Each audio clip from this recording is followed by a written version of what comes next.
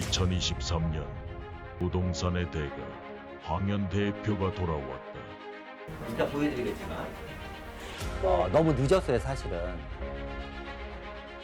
좋은 선택하신 거에 대해서 축하드립니다, 일단은. 감사합니다. 유튜브에서는 보지 못할 새로운 정보들. 2, 3년에 이렇게 벌겠다 이거는 욕심이야. 황현 대표의 특별강의 오직 20명에게만. 지금보다 더 큰 돈을 벌려면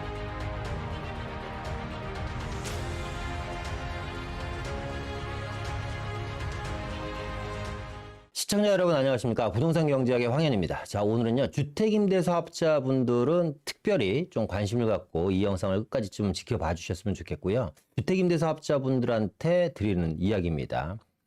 최근 주택임대사업자분들이 애관이 많으시잖아요. 그죠? 뭐 전월세 상한제라든가 아니면 보증보험이라든가 그리고 뭐 종부세에 대한 여러 가지 문제점 이런 것들 때문에 사실상 과거에는 이 주택임대사업자만 하더라도 상당히 좋은 시절이 있었는데 여러 번의 주택임대사업자에 대한 규정이라든가 법률이 바뀌면서 지금은 과거보다는 사실 좀 못한 게 사실입니다. 그런데 어쩌면 내년 1월 이후에는 이 주택임대사업자 분들한테 상당히 큰 특히 뭐 희소식이 있을 것 같습니다. 상당히 큰 희소식이라는 것은 결국에는 뭐예요? 세금적인 부분이겠죠. 주택임대사업자 분들 중에 지금 내가 주택임대사업자를 포기해야지 되냐? 뭐 여태까지 끌고 왔는데 이렇게 생각하고 계시는 분들이 계시다면요. 이제 1월 달까지는 얼마 안 남았잖아요. 그죠?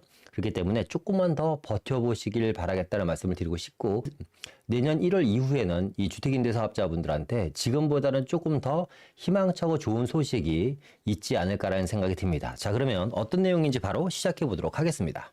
자, 최근에 한 이슈죠. 이 부동산 시장의 갓 이슈가요. 이제 국토부 장관에 대한 교체설입니다. 이 원희룡 등 주요 장관들이 이제 총선에 출마를 한다라는 얘기가 있고요. 원희룡 장관 같은 경우는 계양을 쪽에 출마를 하실 예정이라고 합니다. 그러니까 윤석열 대통령 정권 하에 지금 19개 부처 장관 중에서 8명 안팎이 교체 예정이라고 합니다. 그리고 후임을 검토 중이라고 하는데 여러 8명 정도 되시는 분들은 저희가 다 관심은 없고 그죠. 저희는 일단 부동산 관련돼서 제일 중요한 건 뭐예요? 국토부 장관이잖아요. 그래서 국토부 장관이 누가 될까에 대해서 상당히 관심이 많습니다. 지금 이 원희룡 장관 후임으로는요. 심교연 국토연구원장이 물망 1순위에 올라와 있습니다.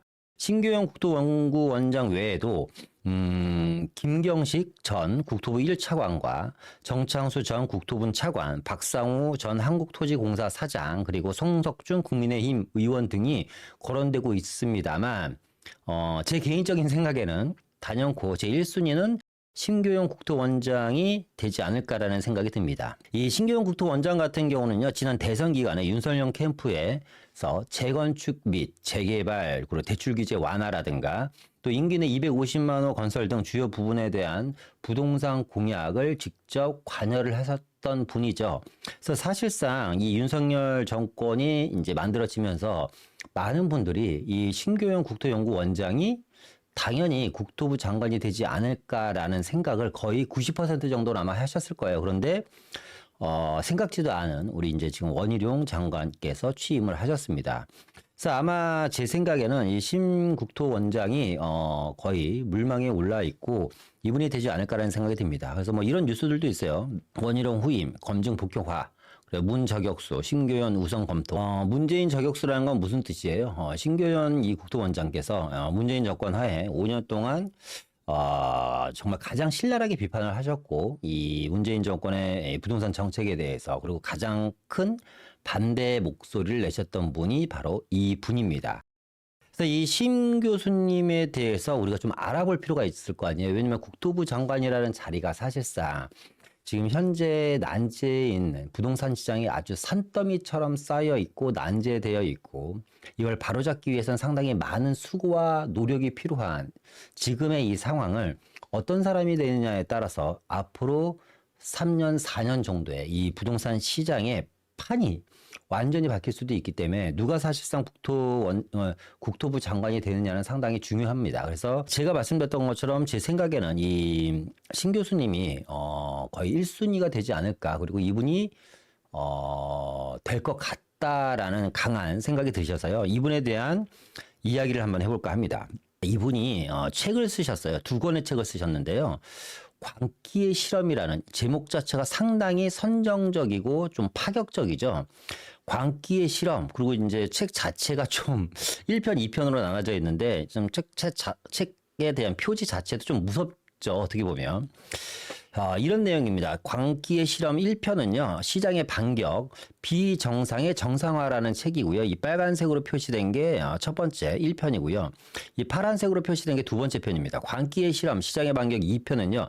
경제 원론과의 전쟁이라는 책 내용입니다. 이 책은 이제 문재인 정부 정책 5년에 대한 이제 이 내용을 달았던 책이고요. 이 문재인 정권에 대해서 이 정책에 대한 실패 그리고 왜 실패했는지 이런 것을 경제론적인 관점에서 재해석한 책입니다. 그래서 관심 있으신 분들은요 한번 읽어보셨으면 좋겠고 이 책의 내용을 보면요 이 신 교수님이 어떤 분이고 어떤 정책을 앞으로 펼칠 건지 그리고 어떠한 생각을 갖고 있는지를 알 수 있겠죠. 왜? 본인의 생각을 무려 2권의 책에 나눠서 쓴 내용이기 때문에 이 책만 본다고 하더라도 사실상 신 교수님이 국토부 장관이 됐을 때 이분의 정책을 거의 100%는 우리가 좀 맞출 수 있지 않을까라는 생각이 듭니다. 그래서 이 책에 대한 전체적인 내용보다 책머리를 한번 보겠습니다. 책머리에는 어떤 내용이 있는지. 자, 책에 대한 소개를 한번 보니까요. 기형적 대책으로 세워진 부동산 시장을 바라보는 대표적 시장주의자 심교원 교수의 쓴소리라고 나와 있어요. 책 속에. 그러니까 이분은 어떤 분이에요? 대표적인 시장주의자라는 겁니다. 자, 시장주의자라는 건 어떤 뜻이죠? 모든 재화의 가격은 시장주의에 맡겨서 시장 자율 기능에 맡겨서 수요와 공급을 관할하게 하고 시장 자체가 그걸로 인해서 가격이 형성되게끔 만드는 것이 시장주의입니다. 그러니까 정부의 과도한 개입보다는 정부의 개입은 최소화하되 모든 것을 시장주의에 맡기자라는 게 바로 이 시장주의라는 건데요.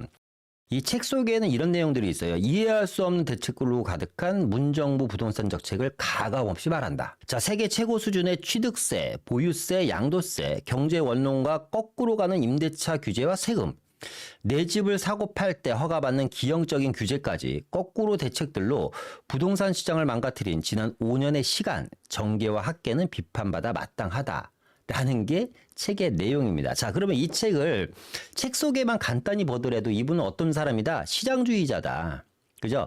재화의 가격을 시장에 맡기는 시장주의자고 세계 최고 수준의 취득세와 보유세, 양도세를 신랄하게 비판했다는 건 뭐냐면 이분이 되면 어쩌면 취득세와 보유세, 양도세에 대한 손질이 들어갈 수도 있겠구나. 그죠? 이 본인 자체가 세계 최고 수준의 취득세, 보유세, 양도세라고 이야기를 했으니까 경조의 원론과 거꾸로 가는 임대차 규제와 세금이라는 내용이 들어가 있으니 이분은 임대차 규제, 임대차 3법과 임대사업자에 대한 내용들도 어떻게 보면 과감하게 바뀔 수도 있겠고 세금이 너무 세니까 이 세금에 대한 손질도 또 들어갈 수 있겠구나. 내 집을 사고 팔 때 허가받는 기형적인 규제, 토지거래 허가제에 대한 내용도 어쩌면 이분이 관여할 수 있겠구나라는 걸 우리가 미루어 짐작할 수 있겠죠. 물론 이거뿐만 아니라 여러 가지 내용들이 이 장장 2권의 책에 수백 페이지에 걸쳐서 나와 있습니다. 그러니까 이분은 어떤 분이냐면 시장주의자면서 그리고 지금 현재 부동산 정책에 대해서 별로 마음에 들지 않는다. 근데 지금 보면 세계 최고 수준의 취득세, 보유세, 양도세는 이게 문재인 정권을 얘기한 건데 지금 이 문재인 정권의 취득세, 보유세, 양도세가 윤석열 정권이 들어오면서 바뀐 게 있나요? 지금 취득세, 보유세, 양도세는 그대로 간다. 그대로 가고 있다. 그죠? 여러분들도 아시겠지만 바뀐 게 하나도 없습니다. 조정대상 지역에서 비조정대상 지역으로 바뀌면서 2주택에 대한 취득세 정도 바뀐 거 빼놓고는 사실상 바뀐 게 하나도 없다. 경제 원론과 거꾸로 가는 임대차 3법과 임대사업자에 대한 내용도 역시 문재인 정권에서 윤석열 정권으로 넘어오면서 바뀐 내용이 역시 하나도 없다라는 거죠. 그렇다면 이 윤석열 정권으로 넘어오면서 원희룡 국토부 장관이 진행을 하는 동안 과거 정권과 부동산 관련된 세금이라든가 정책들이 큰 틀에서 움직임이 없다면 어쩌면 만약에 이분이 국토부 장관이 취임이 된다고 하면 여러 가지 내용들이 많이 손바뀜이 되지 않을까라는 생각이 듭니다. 상위 1%만 듣던 세미나 이제 당신도 들을 수 있습니다. 선착순 20명에게만 드리는 기회 놓치지 마세요.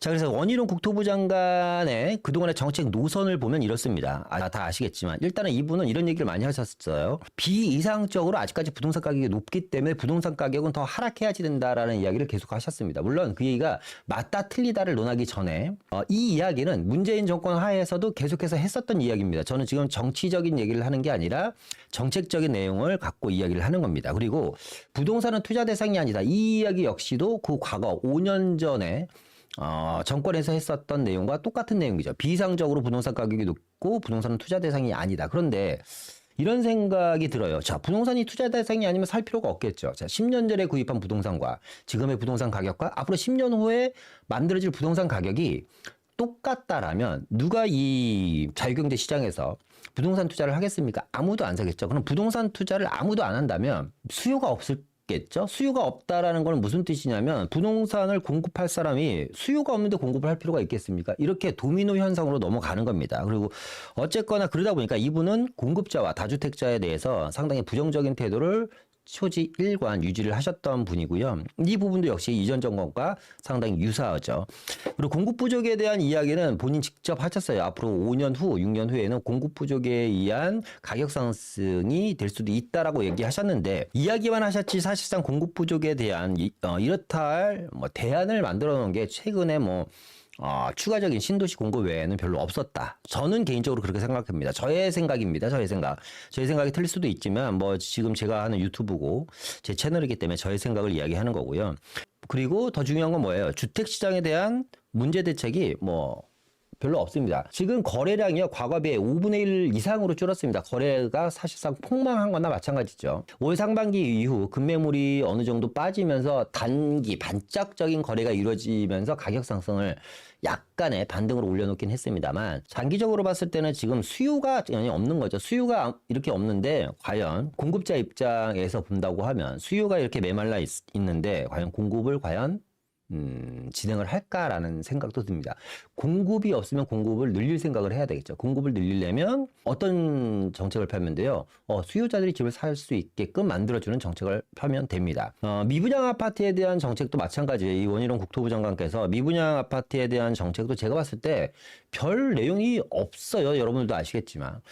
자, 박근혜 정권 때 미분양 아파트를 줄이기 위해서 어떤 정책을 폈었죠? 일시적인 취득세 감면과 양도소득세 감면. 그러니까 미분양 아파트가 정말 순식간에 완판이 되고 미분양 아파트가 정말 빠른 시간에 줄어드는 효과를 봤단 말이에요. 그러니까 수도권과 서울은 둘째 치더라도 지방에 있는 미분양을 어느 정도 해소하고, 그러니까 지방에 있는 미분양을 해소해야지만 결국에는 건설사들이 살고 건설사들이 살아야지 사실상 금융에 대한 사태도 PF에 대한 부실 사태도 안 일어나는 거거든요. 그럼 미분양 아파트를 어느 정도 해소를 하려면 사실상 일시적으로나마 기간을 정해놓고 예를 들어서 2023년 1월 1일부터 2023년 12월 30일까지 미분양 아파트, 특히 이제 악성 미분양 아파트에 대해서 주택을 구입하시는 분들한테는 취득세 감면이라든가 양도소득세 감면, 종합부동산세에 대한 세금 혜택만 줬어도 저는 미분양 아파트가 어느 정도 해소가 되지 않았을까라는 생각이 듭니다. 근데 그런 거에 대해서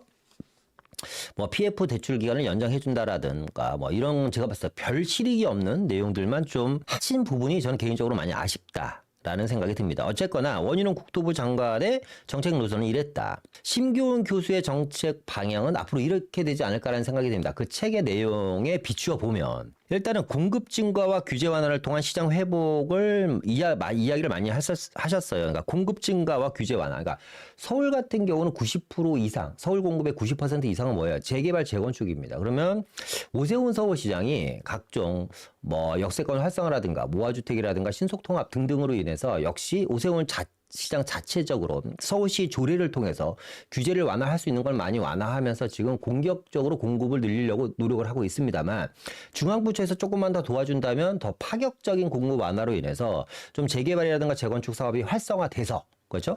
공급이 좀 늘어나는 기저 효과를 가질 수 있지 않을까 하는 생각이 듭니다. 그런데 어쨌거나 이분은 공급 증가와 규제 완화를 통한 시장 회복이 급선무라고 하니까 공급 증가를 시킬 수 있는 여러 가지 각종 재개발 재건축이라든가 세금적인 규제 완화를 진행하지 않을까 하는 생각이 들고요. 제일 중요한 건 이거죠. 이분이 생각하는 임대차 시장, 특히 전세 시장 같은 경우는 민간 임대 사업을 활성화시켜서 진행하는 게 맞다라고 생각을 하시는 분입니다. 그럼 민간 임대 사업을 활성화한다는 건 뭐예요? 민간 임대 사업자를 양성시키겠다는 거고, 민간임대 사업자를 양성시키려면 민간임대 사업자에 대한 여러 가지 혜택이라든가 인센티브를 줘야겠죠. 그러면 앞서 얘기했던 것처럼 제가 오프닝 때 말씀드렸던 것처럼 지금 현재 민간임대 사업자들이 이렇다 할 메리트를 못 느끼기 때문에 민간임대 사업 자체가 지금 사실상 유명무실을 해졌고 실제로 최근 5년 동안 민간임대 사업자의 감소 수는 엄청나게 줄어들고 있고 기존의 민간임대 사업자들 역시도 민간임대 사업자에 대한 포기하시는 분들도 상당히 많이 늘어나고 있거든요. 그런데 이분이 생각하는 전세시장 안정은 민간임대 사업자를 활성화시켜서 전세시장을 안정화시키고자 하는 내용들이 강하기 때문에 민간주택 임대사업자에 대한 활성화 방안이 반드시 나오지 않을까라는 생각이 듭니다. 그리고 대출 규제와 보유세를 여태까지 지금도 역시 강하게 비판하고 계시기 때문에 물론 대출은 쉽게 풀 수는 없을 거예요. 왜냐하면 가계부채들이 원체 많기 때문에 단기간에 대출에 대한 규제를 완화할 수는 없겠지만 좀 중장기적으로라든가 아니면 이 보유세라든가 앞서 얘기한 것처럼 취득세, 세계에서 가장 높은 취득세, 보유세, 양도세에 대한 손질이 어느 정도 좀 나오지 않을까라는 기대를 좀 해봅니다. 그리고 또 이분이 가장 강하게 비판했던 것 중에 하나가 바로 임대차 3법입니다. 이분은 임대차 3법이 나왔을 때 반시장 정책이라고 가장 강하게 비판을 하셨던 분이고요. 임대차 시장 역시 민간에 대한 시장 자율화 기능에 맡겨야지 정부가 과하게 개입을 한다고 하면 임대 시장에 대한 여러 가지 불안정한 리스크가 나올 수도 있다라고 얘기하셨는데 이분이 이야기하신 대로 어쨌거나 임대차 시장은 거의 흘러가고 있는 것 같습니다. 올 상반기만 하더라도 사실상 전세 시장이 역전세에 대한 역풍을 맞아서 전세 물량이 차고 넘쳤죠. 그래서 뭐 5억짜리 전세가 막 4억, 3억씩 떨어지는 기이한 현상이 발생했는데 그로부터 한 5, 6개월 지났나요? 몇 달 지나지도 않았어요. 지금은 전세가 다시 귀해졌다. 전세 대기자들이 지금 대기를 할 정도로 번호표를 뽑고 기다려야 할 정도로 전세 물량이 귀해지고 있는 것이 또 현재 사실입니다. 그런데 사실상 전세 문제는 뭐 지금 현재의 문제가 아니라 앞으로 2년, 3년 후 중장기적으로 봤을 때 전세 시장은 상당히 불안할 걸로 예상이 되는 것은 저뿐만 아니라 모든 전문가들이 이구동성으로 하는 이야기죠. 전세 시장이 불안하면 결국 매매 시장으로 시장이 번질 수밖에 없는데 어쨌거나 이 임대차 3법에 대한 전면 재검토를 좀 이야기하시는 분이 또 이 신교흉 교수님의 정책적인 생각입니다. 자, 그렇다 치면 어떻게 보면 이 시장 참여자들이라든가 이런 분들 입장에서는 신교흉 교수님이 만약에 국토부 장관이 된다면 조금 지금보다 앞서 얘기한 것처럼 5분의 1 토막이 난 거래량이 어느 정도 좀 회복될 수 있지 않을까라는 좀 기대도 할 수도 있겠고요. 물론 이분이 국토부 장관이 된다고 해서 뭐 국회를 통과해야지 되는 여러 가지 법적인 내용들도 있기 때문에 당장 뭐가 좋아질 것 같지는 않습니다만 제일 중요한 건 부동산은요. 심리에 의해서 움직이는 시장이다 보니까 심리적으로 좀 안정적인 시장 기조를 유지하지 않을까라는 생각이 듭니다. 신규윤 교수님이요. 지금 국토부 장관으로 내정되거나 확정된 것은 아닙니다만 원희룡 장관이 만약에 총선을 출마하게 된다고 하면 선거일부터 90일 이전에 직을 사퇴해야지 되죠. 그러니까 1월 11일 이전까지는 직을 사퇴하셔야지 됩니다.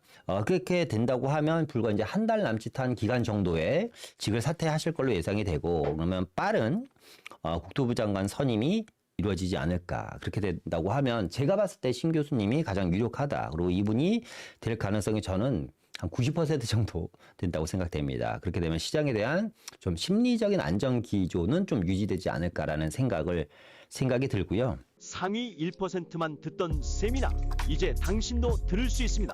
선착순 20명에게만 드리는 기회 놓치지 마세요.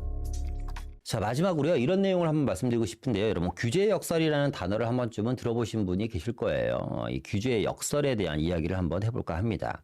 지금 여러분들이 보시는 이 초상화에 있는 사람은요. 로베스피에르라는 프랑스의 혁명가이자 정치인입니다. 이 로베스피에르에 대한 이야기를 한번 해볼까 하는데요. 어떤 이야기냐면요. 아마 아시는 분들은 아실 거예요. 피에르의 우유 사건이라는 것을 아시는 분은 아실 텐데 어떤 내용이냐면 아주 유명한 시장경제 체제를 가장 잘 이야기하는 그 시장경제학을 이야기할 때 가장 많이 나오는 예시 중에 하나가 피에르의 우유 사건이죠. 자, 어떤 내용이냐면요. 이런 내용입니다. 자, 프랑스 대혁명 시대에요. 생필품 가격이 엄청나게 폭등을 합니다. 그래서 로베스피에르는요, 앞서 얘기한 이 분입니다. 생필품 가격이 폭등을 하면서 서민들이 우유를 먹기 힘들어 하다 보니까 서민들이 우유를 마음 편하게 마실 수 있게끔 우유 가격 상한제를 진행합니다. 그래서 예를 들어서 우유 가격이 1,000원이라면 정부가 시장에 개입을 해서 강제적으로 우유 가격을 500원 이상 못 받게 합니다. 그러니까 지금으로 따지면 분양가 상한제, 주택시장으로 따지면 우리나라로 따지면 그랑 비슷한 거죠. 그래서 우유 가격 상한제를 강하게 추진을 합니다. 누구를 위해서? 서민을 위해서. 근데 이제 문제가 생겨요. 이 우유를 짜내려면요, 젖소들한테 사료를 먹여야지 되는데 생필품 가격이 폭등을 하다 보니까 당연히 사료 가격도 폭등을 하겠죠. 그러니까 비싸진 사료를 먹여서 우유를 공급하기에는 앞서 얘기한 500원으로는 택도 없는 겁니다. 그러다 보니까 사료 가격이 너무 비싸다 보니까 사료를 구입하지는 않습니다. 그러니까 당연히 낙농업이 붕괴가 됩니다. 낙농업이 붕괴가 되니까 이 낙농업 농가에서는 어떤 일이 벌어졌냐? 어차피 우유도 못 짜낼 거, 이 젖소들을 도축하기 시작합니다. 왜? 고기로 파는 게 더 낫다라는 거죠. 비싼 사료를 먹여서 우유를 짜봤자 500원에 팔아서는 수지타산이 안 나오니까 아예 우유를 공급을 안 합니다. 그러면서 젖소들을 도축해서 이걸 그냥 고기로 팔기 시작하는 거예요. 자, 그러면 어떤 일이 벌어지죠? 우유를 공급할 수 있는 원천이 사라지는 거죠. 그러다 보니까 우유 공급이 완전히 감소를 하게 되고 우유 공급이 거의 사실상 안 되다시피 하게 됩니다. 그러면서 우유 가격은 로베스피에르가 생각한 것처럼 우유 가격 상한제를 하면 누구나 마음 편하게 우유를 먹을 수 있을 것 같았는데 더욱더 폭등을 하면서 급기야 우유는 암시장에서만 거래가 됩니다. 아주 높은 가격에 프리미엄이 붙여지면서 과거 시세의 5배, 10배에 달하는 우유 가격이 형성돼 버린 거죠. 자, 이런 일이 있고 나서요. 서민을 위해서 우유를 편하게 먹이려고 노력했었던 로베스피에르는요. 단두대 국민들의 손에 의해서 처형이 됩니다. 이게 로베스피에르의 우유 사건입니다. 그 서민을 위한 정책이 되려 서민을 더 힘들게 하고 그거에 분노한 서민들은 이 정책을 만든 사람을 단두대에 데리고 가서 처형을 시켜버리는 거죠. 그러니까 이런 겁니다. 로베스피에르와요. 프랑스 대혁명의 자코뱅당은 항상 국민의 삶을 걱정했습니다. 그래서 국민들이 좀 더 편안한 삶을 살면 어떨까. 그런데 우유는 반드시 필요한 생필품이기 때문에 그러면 비싸진 우유 가격을 서민들이 좀 편하게 먹게 하기 위해서 우유 가격 상한제라는 걸 만드는 거죠. 가격이 낮춰지면 누구나 사람들이 손쉽게 우유를 사 먹지 않을까라는 생각으로 출발한 내용입니다. 그러니까 무슨 뜻이냐? 의도는 너무나 좋았죠. 의도는 선이었습니다. 그런데 문제가 있었죠. 어떤 문제가 있었죠? 경제 원리를 1도 이해하지 못했다라는 게 가장 큰 죄악이 돼버린 겁니다. 의도는 선이었지만 경제 원리를 이해하지 못했기 때문에 아무리 의도가 선해도 경제 원리를 따르지 않는 정책은 실패를 하게 된 거고 그러므로 인해서 그 서민들, 국민들의 손에 이끌려서 단두대에 가서 처형을 당하게 됐다라는 내용입니다. 그러니까 저는 누가 이런 얘기를 했잖아요. 무식한 사람이 신념을 가지면 그것보다 무서운 일이 없다. 물론 이 이야기와 맞는 이야기인지 아닌지는 모르겠습니다만 이런 이야기를 하시는 분들이 계세요. 가끔 이제 뭐 유튜브에도 그런 분들이 상당히 많죠. 우리가 흔히 이야기하는 폭락론자. 이제 이 사람들이 얘기하는 것들은 이런 겁니다. 주택가격이 더 떨어져야지 되고 더 폭락을 해야지 되고 주택가격이 더 많이 폭락을 하고 그러니까 지금 10억짜리 아파트가 5억이 되고 3억이 되면 누구나 집을 편하게 살 수 있는 세상이 된다. 그렇기까지 더 많은 주택가격이 폭락을 해야 된다. 그럼 실제로 주택가격이 10억짜리가 3억, 2억, 30억짜리 아파트가 뭐 5억, 6억씩 폭락을 했다고 가정을 해봅시다. 첫 번째, 과연 그 많은 사람들이 다 집을 살 수 있을 것인지. 30억짜리 아파트가 10억까지 폭락을 했는데 과연 무서워서 집을 살 수 있을까요? 두 번째, 많은 사람들이 집을 다 샀다고 가정을 해봅시다. 5천만 국민이요. 임차인 하나 없이 다 내 집에 사는 사람입니다. 주택가격이 완전히 폭락해서 누구나 살 수 있는 금액 정도가 돼서. 그러면 공급업자들은 더 이상 주택을 공급할 필요가 있을까요? 자, 그러면 대한민국에 있는 모든 건설업자들은 문을 닫을 겁니다. 주택 공급할 이유가 없겠죠. 부동산이 자산으로의 가치가 전혀 없다면 과연 누구가 이 주택을 살려고 할까요? 그렇지 않을 겁니다. 무슨 말인지는 이해하겠어요. 주택 가격이 많이 올랐기 때문에 많이 떨어져서 누구나 집을 살 수 있게끔 편한 정도의 금액대가 돼야지 된다라는 이야기는 어떻게 보면 정말 국민을 위한 이야기인 거고 남을 위한 당신을 위해서 이런 이야기를 하는 거라고 이야기할 수 있겠습니다만 앞서 얘기한 것처럼 경제 원리를 전혀 모르고 이야기를 하시는 거죠. 이런 이야기가 있습니다. 지옥으로 가는 길은 선의로 포장되어 있다라는 이야기가 있습니다. 어떤 내용인지 여러분들이 마지막으로 한번 곰곰이 3번 생각해 보시고요.